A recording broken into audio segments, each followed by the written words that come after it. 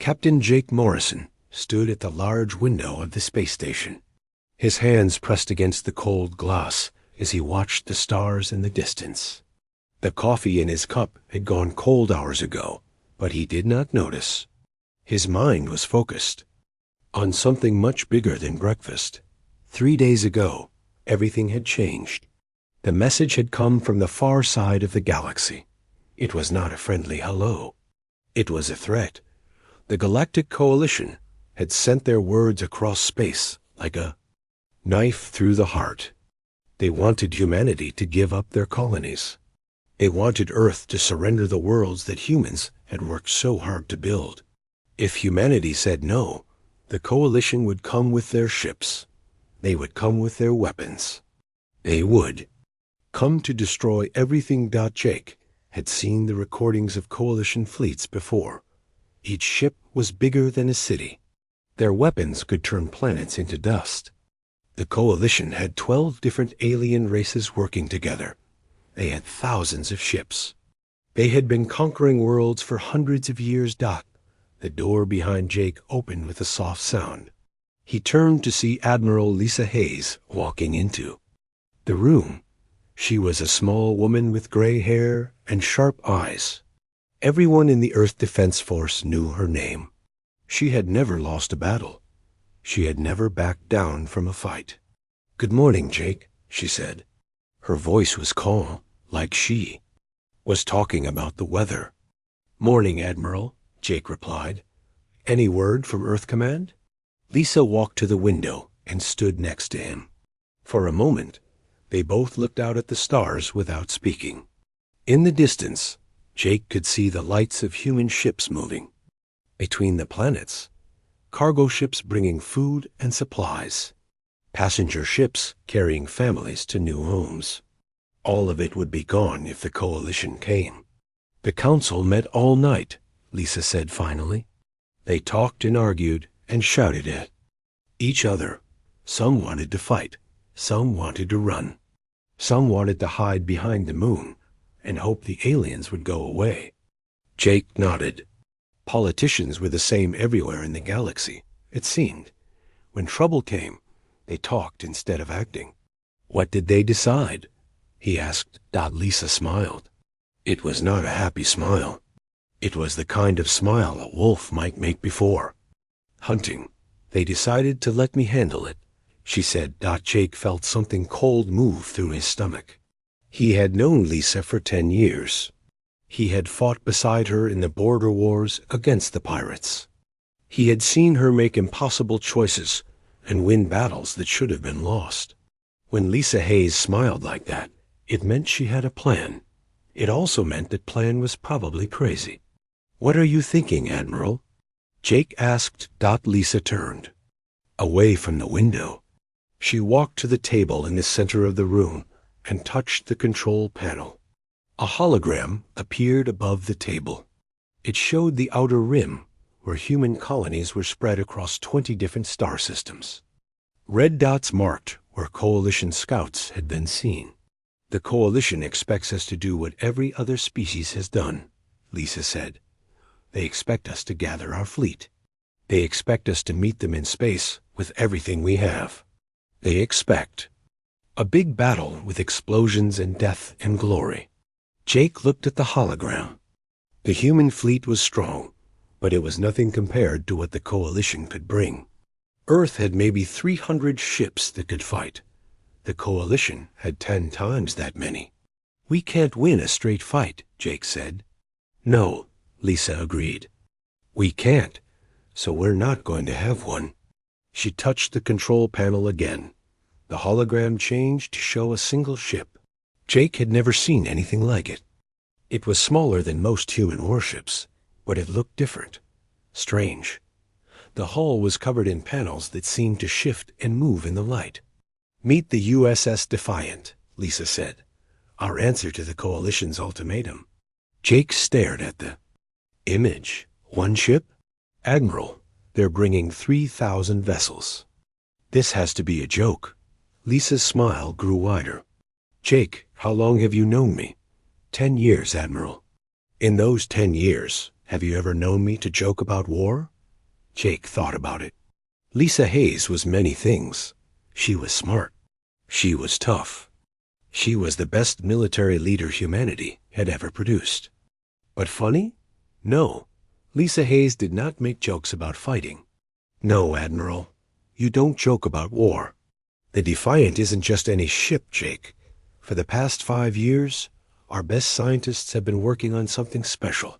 Something the galaxy has never seen before.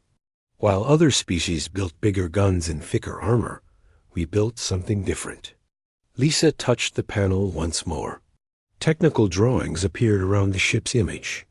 Jake tried to read them, but most of the words meant nothing to him. He could see power systems and weapon arrays, but everything looked wrong. Too advanced. Too strange. What does it do? He asked. It changes the rules of the game, Lisa said. Jake, I want you to captain the Defiant. I want you to take her out there and show the Coalition that humanity is not like other species. We don't fight fair. We don't follow their rules. We make our own. Jake felt the world spinning around him. Captain a ship like this? Face the entire Coalition fleet with just one vessel? It sounded like suicide with extra steps. Admiral, I need to know what this ship can do before I agree to anything. Lisa nodded. Fair enough. The Defiant can manipulate stars, Jake. She can. Make them burn brighter or dimmer. She can turn a gentle sun into a weapon that will fry every ship within light minutes. The room became very quiet. Jake could hear his own heartbeat. He could hear the soft hum of the station's life support systems. He could hear the distant sound of ships moving through space outside. That's impossible, he said finally. Is it? Lisa asked. Humans put the first nuclear reactor online in 1951. We landed on the moon 18 years later. We built the first fusion drive in 2157. We've never been good at accepting impossible. Jake looked at the ship's image again. If what Lisa was saying was true, then this vessel could change everything. Not just the war with the Coalition, but the entire balance of power in the galaxy. How many crew? He asked. 12. You'll have the best of the best. Engineers who built the ship. Scientists who designed the systems. Soldiers who believe in what we're doing. And if it doesn't work? Lisa's smile faded. For the first time since entering the room, she looked serious. Then we'll die, Jake, all of us. Earth, the colonies, every human being in the galaxy. The Coalition doesn't believe in mercy. They've made that clear. Jake thought about his daughter back on Earth. She was starting university next month. She wanted to study alien languages and become a diplomat. If the Coalition won, she would never get that chance. He thought about the families on the colonies. People who had traveled across space to build new lives. Farmers and teachers and doctors who just wanted to live in peace. He thought about humanity itself. Everything they had built. Everything they could become. When do we leave? Jake asked. Lisa's wolf smile returned. Tomorrow morning. The Coalition will expect an answer in 72 hours. We're going to give them one they'll never forget. The USS Defiant moved through space like a silver arrow. Captain Jake Morrison sat in the command chair, watching the star map on the main screen. In 6 hours, they would reach the Coalition fleet. In 6 hours, everything would change. The bridge was smaller than most warships. Only 5 people could work there at the same time, but every person was the best at what they did. Jake had handpicked each member of his crew. Captain, called. Lieutenant Rick Stone from the weapons station. All systems are running perfectly. The quantum disruptor array is charged and ready. Jake nodded. Rick was young, maybe 25 years old, but he knew weapons better than anyone.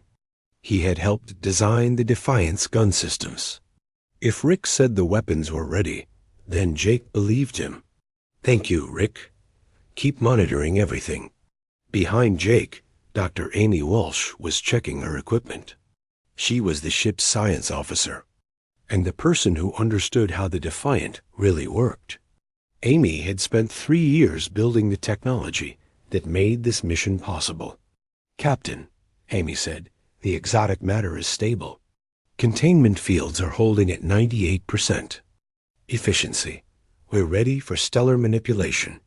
Those words still sounded strange to Jake. Stellar manipulation. The ability to control stars like tools. It was the kind of thing people wrote about in science fiction books, not something real ships could do. "How close do we need to be?" Jake asked. "For maximum effect, about 1 light minute from the target." "Star," Amy replied. "The field generators work best at that distance." Jake looked at the star map again. The Coalition fleet was waiting near a red dwarf star. It was perfect for what they needed to do. Red dwarfs were old and stable, but they could be made to burn much brighter with the right push. "Captain," came a voice from behind him, "we're getting long-range scans of the enemy fleet." Jake turned to see Colonel Danny Price at the engineering station. Danny was older than the rest of the crew, maybe 50 years old, with gray hair and steady hands. He had built ships for 30 years before joining the Defiant project. "What do you see, Danny?" 3,047 ships. "Sir, 12 different classes from 12 different species. Their flagship is a Zilonian dreadnought. 2 miles long, heavy armor, enough firepower to crack a moon." Jake felt his mouth go dry. He had known the numbers, but hearing them out loud made it real. 3,000 ships against one. Even with their secret weapon, the odds were terrible. "Any word from them yet?" Jake asked. "No, sir. They're maintaining radio silence. But they know we're coming. Their scouts have been tracking us for the last hour." On the main screen, Jake could see a small dot growing larger. It was the Coalition fleet, still too far away to make out individual ships. But sensors showed them everything they needed to. No, the aliens had arranged their forces in a perfect battle formation. They were ready for war. "Susan," Jake called to the communications officer. "Any messages from home?" Lieutenant Colonel Susan Brown shook her head. She was a quiet woman who spoke 5 alien languages and could break any code in the galaxy. "Nothing official, Captain. But I did pick up some chatter from the outer colonies. They're all watching. The whole galaxy is watching." Jake understood what she meant.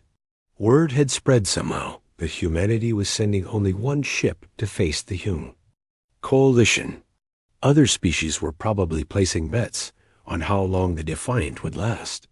Most of them probably thought it would be over in minutes. "Captain," Amy said suddenly, "I'm reading massive energy signatures from the enemy fleet. They're powering up their weapons." "All of them?" "Every single ship, sir. Whatever they're planning. They want to make sure we don't survive the first attack." Jake felt sweat on his forehead. He wiped it away and tried to look calm. His crew was watching him. They needed to see confidence, not fear. "Danny, how are our engines?" "Running smooth as silk, Captain. We can run, fight, or dance a jig if you want." That got a small laugh from Rick at the weapons station. Good. If his crew could still laugh, then they still believed they could win. "Amy, remind me how this works." "The stellar manipulation, I mean." Amy turned in her chair to face him. "The Defiant generates a quantum field that affects the nuclear reactions inside a star. We can make those reactions faster or slower. Faster means the star burns brighter and puts out more radiation. Much more radiation. Enough to overload their shields? Enough to fry their ships like eggs in a pan, sir." Jake nodded. It was a good plan. A crazy plan, but a good one. Instead of fighting the Coalition fleet directly, they would turn the local star into a weapon. The aliens would have to retreat or be cooked alive in their own ships. "Contact from the enemy fleet," Susan announced. "Admiral Kethver wants to talk." put him on screen. The star map disappeared. In its place appeared the image of an alien that looked like a cross between a lizard and a bird. Admiral Kethver had green scales, bright yellow eyes, and a beak full of sharp teeth. He wore a uniform covered in medals and ribbons. Human vessel. The alien said in perfect English, "I am Admiral Kethver of the Zalonian Empire, commander of the Coalition Expeditionary Force. You will surrender immediately or be destroyed." Jake stood up from his chair. He tried to look as calm as Admiral Hayes would have looked. "Admiral Kethver, I am Captain Jake Morrison of the USS Defiant. We're here to discuss the terms of your withdrawal from human space." The alien's eyes went wide. Then he started laughing. It was not a pleasant sound. It reminded Jake of broken glass falling on metal. "One ship," Kethver said between laughs. "The humans send one tiny ship against my entire fleet. Your species is even more stupid than we thought." "We're not stupid, Admiral. We're efficient." "Efficient?" Kethver's laughter stopped. "Boy, I have 3,000 warships. You have one. The mathematics are simple, even for a primitive species like yours." Jake felt anger building in his chest. Nobody called humanity primitive, especially not some lizard bird in a fancy uniform. "Admiral, you have one chance to withdraw your fleet from human space. Take your ships and go home. We won't ask again." Or, "What? You'll throw harsh words at us? Or we'll show you why humanity is the most dangerous species in the galaxy." Kethver leaned forward on his screen. His yellow eyes were like two small suns. "Human captain, in 1 hour I will order my fleet to attack. Your ship will be destroyed in the first minute. Your crew will die. Your colonies will burn. Your home world will kneel before the Coalition. This is your last chance to surrender and die quickly." "We'll take our chances," Jake said. "So be it." The screen went black. Jake sat back down in his chair. His hands were shaking just a little, but he hoped nobody noticed. "Well," Danny said from the engineering station, "that went about as well as expected. How long until we reach firing position?" Jake asked. Amy checked her instruments. 53 minutes, Captain. Rick, start running final checks on all weapons. Susan, monitor their communications. I want to know if they're planning anything special. Danny, keep those engines ready. We might need to move fast. Yes, sir, came the replies from around the bridge. Jake looked at the main screen again. The Coalition fleet was much closer now. He could make out individual ships. Massive battleships with armor thick as buildings. Cruisers bristling with missile tubes. Destroyers that moved like hungry sharks. All of them waiting to kill his ship and his crew. Amy, Jake said quietly, this will work, right? The stellar. Manipulation? Amy was quiet for a moment. When she spoke, her voice was soft. Captain, we've run every simulation we can think of. The math works. The technology works. The only question is whether we're brave enough to use it. Jake thought about that. Brave enough. Was he brave enough to bet everything on an untested weapon? Was he brave enough to risk the lives of his crew and the future of humanity on one roll of the dice? He thought about his daughter again. About the colonies. About every human being who is counting on them. We're brave enough, he said. We have to be. The USS Defiant reached the perfect position exactly 1 light minute from the red dwarf star. Captain Jake Morrison felt his heart beating fast as he watched the Coalition fleet on the main screen. 3,000 alien ships spread across space. Like a metal cloud of death. All stations report ready. Called Lieutenant Rick Stone from the weapons station. Exotic matter containment at maximum efficiency. Added Dr. Amy Walsh from her science station. Engines running perfectly, said Colonel Danny Price. We can move fast if we need to. Jake nodded to each of them. His crew had trained for this moment for months. Now it was time to see if their crazy plan would actually work. Amy, begin the stellar manipulation sequence. Yes, sir. Initiating quantum field generation. The Defiant began to change. Panels along the hull started glowing with a soft blue light. Deep inside the ship, machines that had never been built before hummed to life. The exotic matter that powered their weapon began flowing through channels carved from materials that did not exist anywhere else in the galaxy.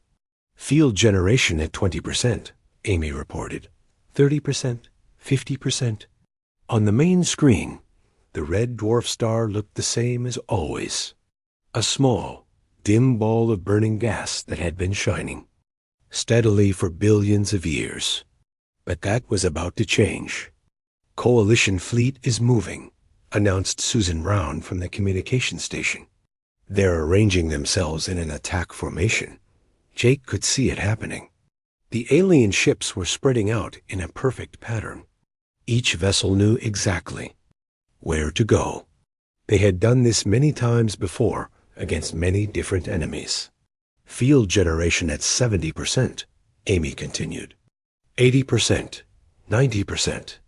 Captain, Rick said suddenly, I'm reading massive energy spikes from the enemy fleet. They're charging every weapon they have. Jake gritted his teeth. The aliens were preparing to attack. In a few minutes, they would launch everything they had at the Defiant. If the stellar manipulation did not work, his ship would be turned into space dust. Field generation at 100%, Amy announced. Quantum field is stable and focused on the target star. Beginning stellar core manipulation. Do it, Jake ordered. What happened next was the most beautiful and terrifying thing any of them had ever seen. The red dwarf star began to change. At first, it was just a small brightening, like someone turning up a lamp. Then it became more obvious. The star's surface started glowing brighter and hotter. Surface temperature increasing, Amy reported. Solar output rising by 50%. 100%. 200%. The coalition fleet was caught completely off guard. Admiral Kethfer had positioned his ships between the star and the human vessel. It seemed like a smart move. The star was behind them, harmless and ignored, until it suddenly was not harmless anymore. Captain, Susan said, her voice excited. I'm picking up emergency communications from the enemy fleet. They're asking each other what's happening to the star. Jake almost smiled. The aliens had never seen anything like this. They had fought wars for thousands of years, but always with ships and weapons and tactics that made sense. They had never fought an enemy that could turn stars into weapons. Solar output increasing by 300%, Amy announced. 400%. The star is now burning 5 times brighter than normal. On the main screen, they could see the coalition. Ships starting to have problems. The nearest vessels were backing away from the star as their shields began overloading. Warning lights flashed on alien bridges as radiation levels climbed beyond safe limits. Coalition fleet is breaking formation, Rick reported. The smaller ships are retreating to a safer distance. Incoming transmission from Admiral Kethfer, Susan announced. Put him on screen, Jake ordered. The alien admiral appeared on the main screen. His scales had turned a darker green, and his yellow eyes were wide with shock and fear. Behind him, Jake could see other aliens running around his bridge in panic. Human captain, Kethfer said, his voice shaking. What have you done to our star? We're demonstrating human technology, Admiral. This is what happens when you threaten our colonies. Impossible. No species can control stellar output. The physics alone. The physics work fine if you understand them, Jake interrupted. Amy, increase solar output to 600% of normal. Yes, sir. The star burned even brighter. More coalition ships began retreating as their shields failed completely. Some of the smaller vessels were already running for the edge of the system, their crews unwilling to stay and be fried alive. "Stop!" Kethver shouted. "You're going to." "Kill us all. Only if you stay here," Jake replied calmly. "Your ships can retreat to a safe distance. Or you can find out what happens when we push the star to 1,000% output." The alien admiral's beak fell open. 1,000%? The radiation would cook everything within 10 light minutes. "Then I suggest you start moving your fleet, Admiral." Jake could see the fear in Kethvar's eyes. The Coalition had never faced an enemy like this. They were used to fighting with ships and guns and missiles. They understood armor and shields and battle tactics. But how do you fight an enemy that can use stars as weapons? "This is some kind of trick," Kethvar said, but his voice did not sound sure anymore. "No trick, Admiral. Just human engineering. Amy, show them we can control the process." "Yes, sir." Reducing solar output to 300% of normal. The star dimmed slightly. Not back to normal, but enough to show that humans could control the process exactly. They were not just making the star burn brighter. They were controlling it like a tool. "Now increasing to 800%, Amy continued. The star flared. Again, brighter than before. Several more Coalition ships began emergency retreats as their hulls started heating up beyond safe limits. "Impossible," Kethvar whispered. "How did your species develop such technology?" Jake thought about how to answer that question. How could he explain that humans were different from other species? That while aliens had spent centuries building bigger ships and better weapons, humans had been studying the universe itself? "Admiral, while your people were learning to fight wars, we were learning to fight physics. We don't just build bigger guns. We build better ways to think." "Incoming emergency transmission from this Alonian flagship," Susan announced. "Their shields are failing. Hull temperature is reaching critical levels." Jake could see it on the main screen. The massive dreadnought that had seemed so powerful before was now struggling just to survive. Its shields flickered and sparked as they tried to handle radiation levels they were never designed for. "Admiral Kethvar," Jake said, "your flagship is in danger. I recommend you order a full retreat to at least 5 light minutes from the star." "You're bluffing," Kethvar said, but sweat was running down his scaled face. "You can't maintain this level of output for long. Amy, how long can we maintain current stellar manipulation?" "Indefinitely, Captain. The exotic matter is self-sustaining. We could keep this up for years if needed." Jake saw the hope die in Kethvar's eyes. The alien admiral had been betting that this was some kind of short-term trick, something the humans could do for a few minutes before their systems failed. But years? No fleet could handle elevated radiation for years. "Captain," Rick called. "Out suddenly. I'm reading weapons locked from multiple Coalition ships. They're preparing to fire on us." "Let them," Jake said calmly. Amy increased stellar output to maximum safe levels, increasing to 900% of normal output. The star blazed like a small sun. The Coalition ships that had been preparing to attack suddenly found themselves fighting for survival instead. Weapons powered down as all energy was diverted to shields and cooling systems. "Coalition fleet is in full retreat," Rick announced. "All ships are moving away from the star at maximum speed." Jake watched the alien vessels fleeing. Ships that had seemed invincible an hour ago were now running like frightened animals. The perfect battle formation was broken. The mighty Coalition fleet was scattered across space, each captain thinking only of saving his own ship and crew. "Admiral Kethvar," Jake said, "are you ready to discuss terms?" The alien admiral looked around his bridge.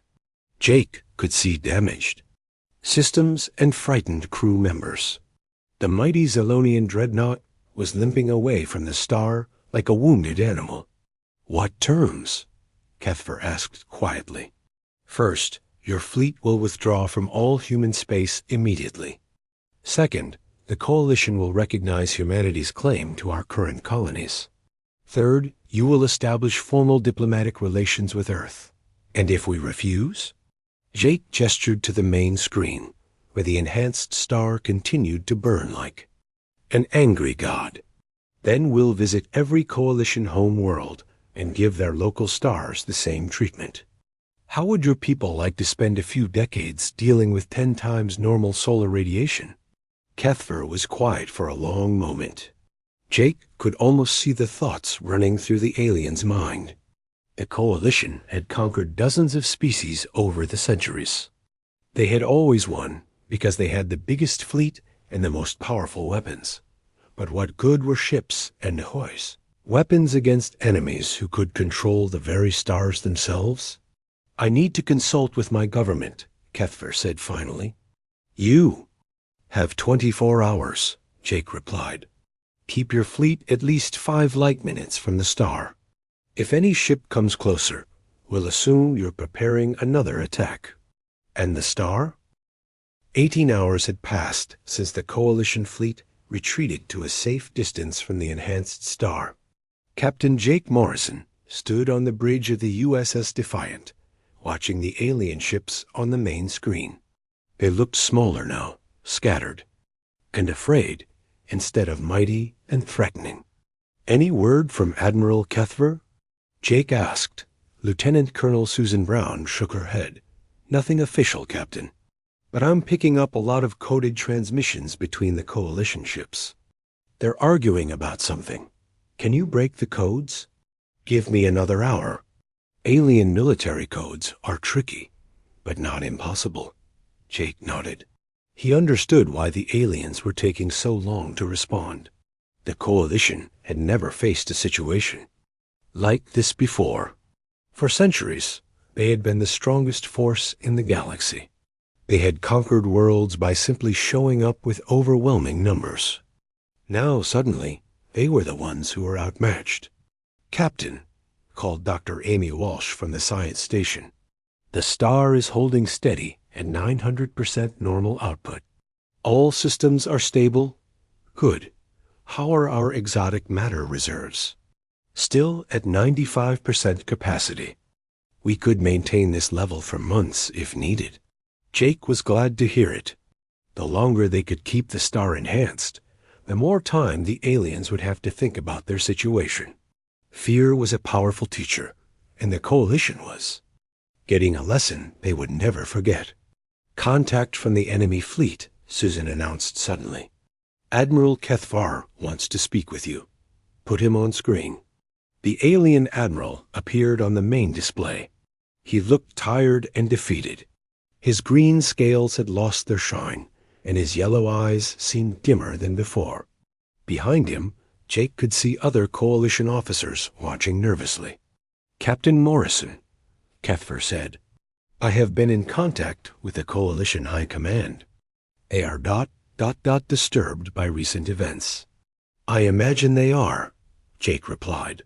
Have they made a decision about our terms? They have questions first. How many ships like yours does humanity possess? Jake thought carefully about his answer. The truth was that the Defiant was the only ship of its kind. It had taken 5 years and enormous resources to build just one vessel with stellar manipulation capabilities, but the aliens did not need to know that. Admiral, that information is classified. But I can tell you that humanity takes the defense of our colonies very seriously. Kethver's eyes narrowed. You're not going to tell me, are you? Would you tell me how many dreadnoughts the Zelonian Empire has in reserve? The alien admiral was quiet for a moment. Then he nodded slowly. Point taken. My government wants to know if you can really visit our home worlds and enhance their stars as you threaten. Why don't you test us and find out? Jake suggested. Because the consequences would be too severe if you're telling the truth. That was exactly what Jake wanted to hear. Fear was making the Coalition careful. They were finally understanding that humanity was not like the other species they had conquered. Captain, Kethver continued, my leaders want to negotiate. But they need some kind of proof that you're acting in good faith. What kind of proof? Return the star to normal output. Show us that you can control the process in both directions. Jake considered the request. It made sense from the aliens' point of view. They wanted to make sure humans could turn off their weapon as well as turn it on. But reducing the star's output would also reduce their advantage. Amy, Jake said without taking his eyes off the alien admiral, can we reduce stellar output and then increase it again quickly if needed? Yes, sir. The process takes about 30 seconds in either direction. Admiral Kethver, I'll return the star to normal output as a gesture of good faith. But if your fleet moves any closer than 5 light minutes, we'll enhance it again immediately. Understood, Captain. Amy, reduce stellar output to normal levels. Yes, sir. Beginning stellar manipulation reversal.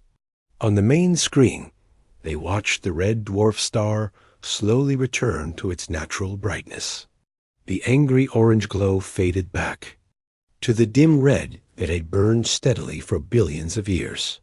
It was almost disappointing after seeing what the star could become.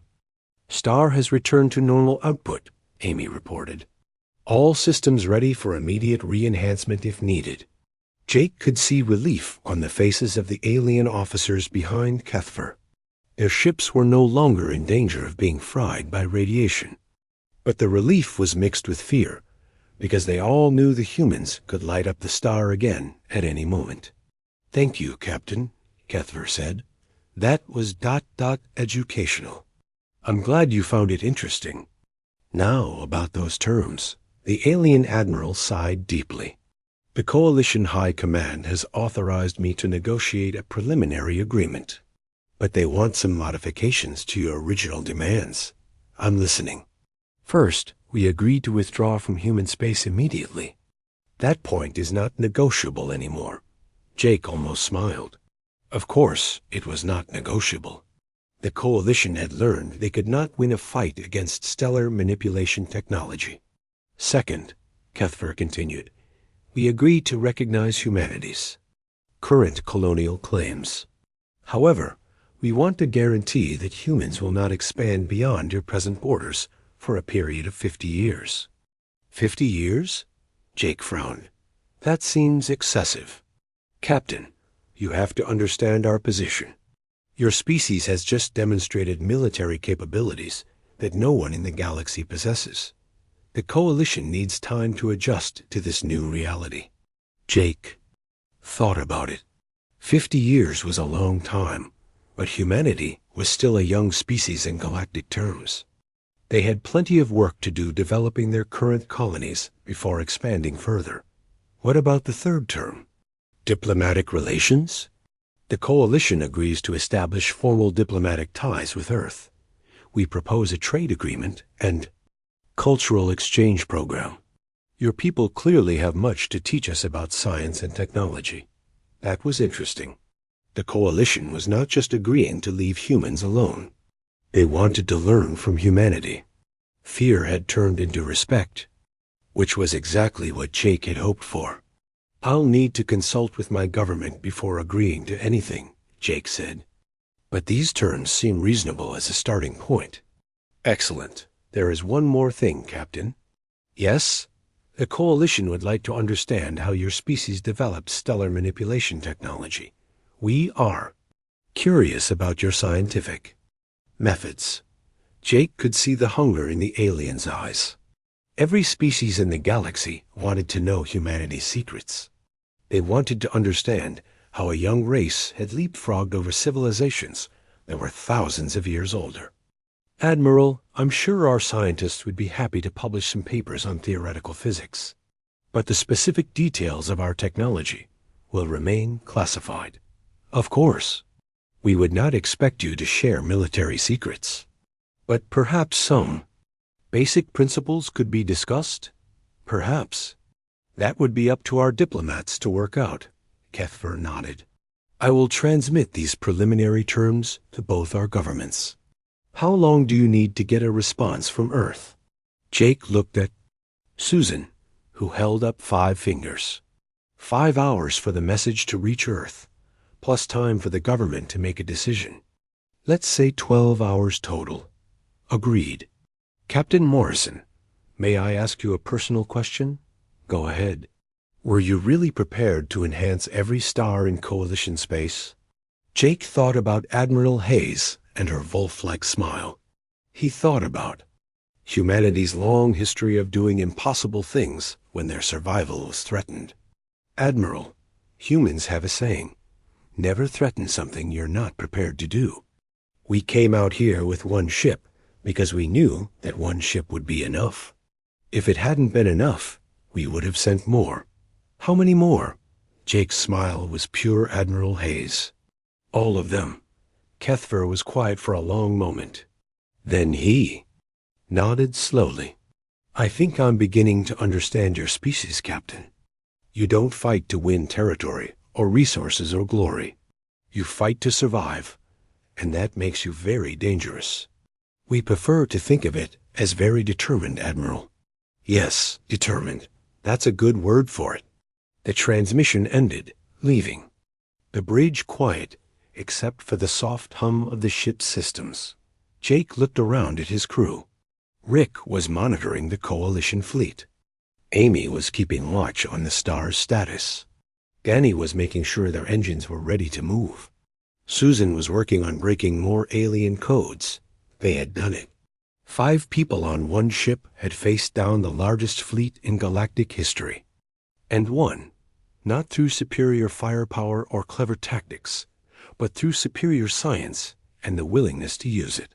Captain, Amy said suddenly, I'm detecting movement in the Coalition fleet.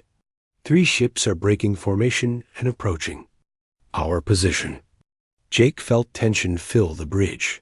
How close? 4 light minutes and closing. They'll reach the 5 light minute limit in 6 minutes. Maybe they're just repositioning, Rick suggested. Maybe, Jake said. But we're not taking any chances. Amy, prepare for immediate stellar enhancement. If those ships cross the 5 light minute line, light up the star. Yes, sir. Systems ready. Jake watched the 3 approaching ships on the main screen. They were moving slowly and steadily toward the Defiant. Either they were testing human resolve, or someone in the Coalition fleet had decided to take matters into their own hands.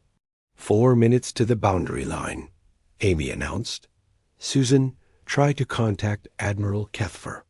I want to know if he authorized this movement. Trying now, Captain. No response from the flagship. 3 minutes T. 6 months later, Captain Jake Morrison stood in the main conference room of New Geneva Station.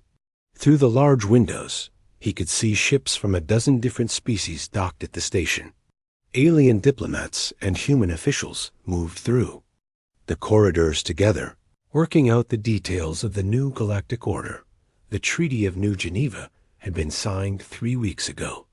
Every major species in the galaxy had sent representatives to witness the ceremony. Humanity was no longer just another young race struggling to survive. They were now recognized as a major power, with all the respect and fear that title brought. Captain Morrison? Jake turned to see Admiral Lisa Hayes walking toward him. She looked pleased, which was unusual for her. Lisa Hayes was not known for showing emotions, especially positive ones. Admiral, Jake said, how did the final negotiations go? Better than expected. The Coalition has agreed to all our terms. Complete withdrawal from human space, recognition of our colonies, and full diplomatic relations. They've also offered to share their star charts for the entire galaxy. Star charts? That's generous of them. Lisa's smile was sharp. They want to make sure we know where all their worlds are located, just in case we ever decide to visit with stellar manipulation technology. Jake nodded. The aliens were still afraid. Even 6 months later, they had run computer simulations and talked to their best scientists. Every analysis came to the same conclusion. Humanity could turn any star in the galaxy into a weapon. The Coalition's military advantage had disappeared overnight. Any word on the other species? Jake asked. 17 different governments have asked for formal meetings with Earth.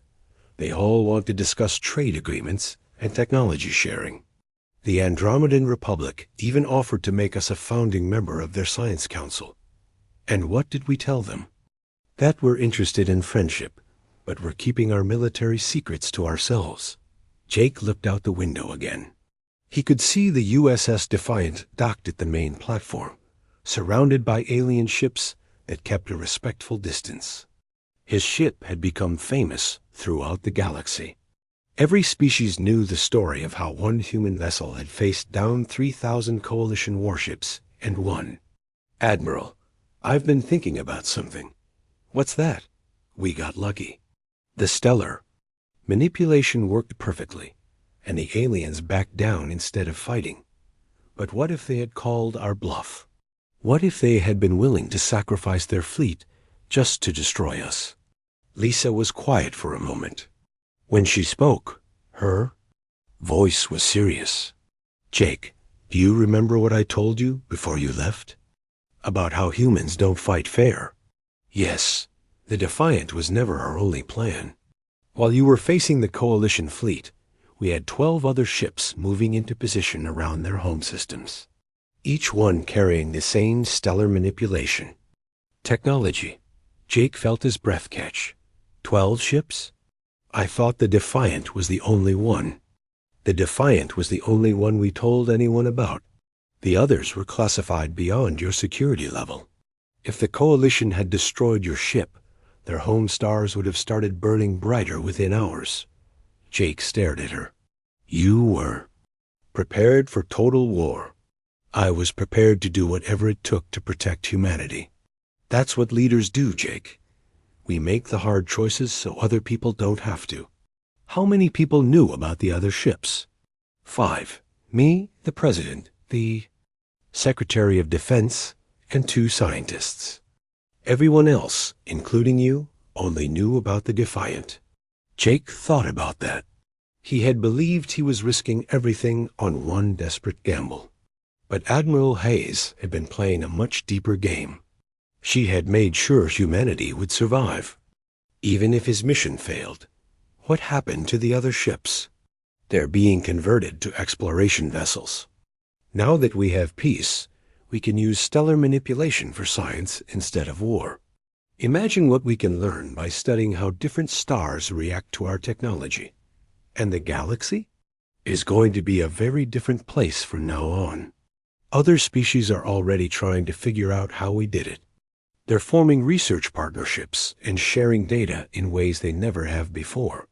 The threat of stellar manipulation has made everyone more cooperative. Jake smiled at that. Humanity had not just won a war. They had changed how the entire galaxy thought about conflict. When any species could potentially control stars, traditional warfare became too dangerous to consider. Captain Morrison, came a voice from behind them. Jake turned to see Dr. Amy Walsh approaching. She looked excited about something, which was unusual. Amy was normally very calm and focused. Amy, what's got you so energetic? I just finished analyzing the data from our stellar manipulation tests. Captain, we barely scratched the surface of what this technology can do. What do you mean? We can do more than just make stars burn brighter. We can make them burn in different colors. We can create specific types of radiation. We can even make binary stars orbit each other differently. Admiral Hayes leaned forward, interested. What are the practical applications? Terraforming, 4.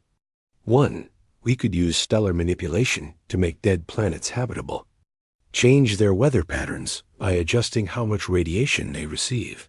We could also use it for long-distance communication. Make stars flash in patterns that can be seen across the galaxy. And military applications? Jake asked. Amy's expression became serious. Captain, we could make stars go supernova. Not immediately, but over the course of years or decades. An entire star system could be destroyed if we wanted. The room became very quiet. Jake felt a chill run through him. The power to destroy star systems was not something any species should have. It was too much responsibility for anyone to handle. Amy, Admiral Hayes said carefully, I want you to classify that research at the highest possible level. Information about inducing supernovas is to be shared with no one outside this room. Yes, Admiral. I understand. Good. What about peaceful applications? Endless possibilities. We could help other species fix damaged stars. Extend the life of dying suns. Create perfect solar systems for colonization. This technology could benefit the entire galaxy if used properly. Jake looked out the window again. In the distance, he could see alien ships from species that had been enemies just months ago. Now they were all working together, united by their shared fear and respect for human capabilities. Admiral, Jake said, what happens now? Do we just keep building more ships with this technology? We build what we need for defense and exploration, but mostly we focus on diplomacy. The galaxy knows we can destroy star systems if we want to. That means we never have to prove it. Peace through superior firepower? Peace through superior science. Other species can build bigger guns and thicker armor, but they can't argue with the laws of physics. Jake nodded. It made sense. Humanity had always been good at finding new ways to solve old problems, while other species had been perfecting traditional warfare. Humans had been working on something completely different. Captain, Amy said, there's something else. The other species have been asking questions about human science in general. They want to know how we approach research and development. What kind of questions? Basic methodology. How we organize our scientists. How we fund research projects. How we decide which technologies to pursue. They're starting to realize that our entire approach to science is different from theirs. Admiral Hayes smiled. Of course it is. While they've been building empires and fighting wars, we've been asking questions. Why does this work? How can we make it better? What if we tried something completely different? The aliens seem especially interested in our computer modeling, Amy continued. They can't understand how we can simulate stellar processes so accurately. That's because they think of computers as tools for calculation. We think of them as tools for imagination.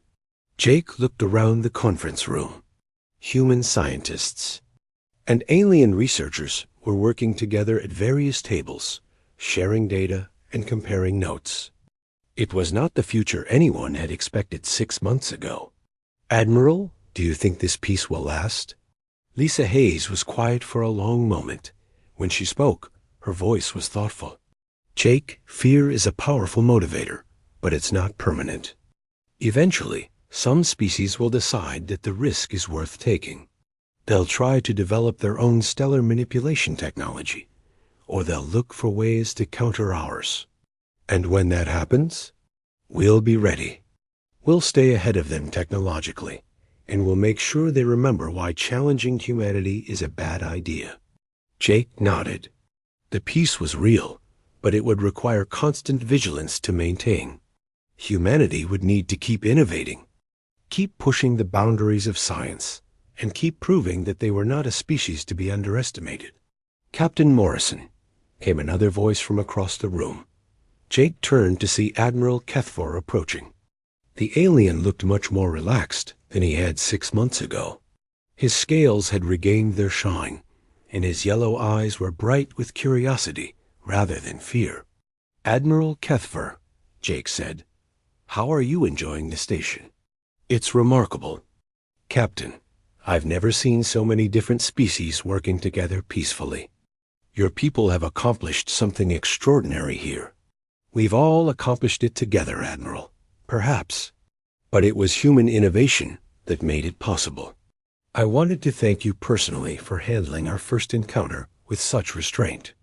A less diplomatic species might have simply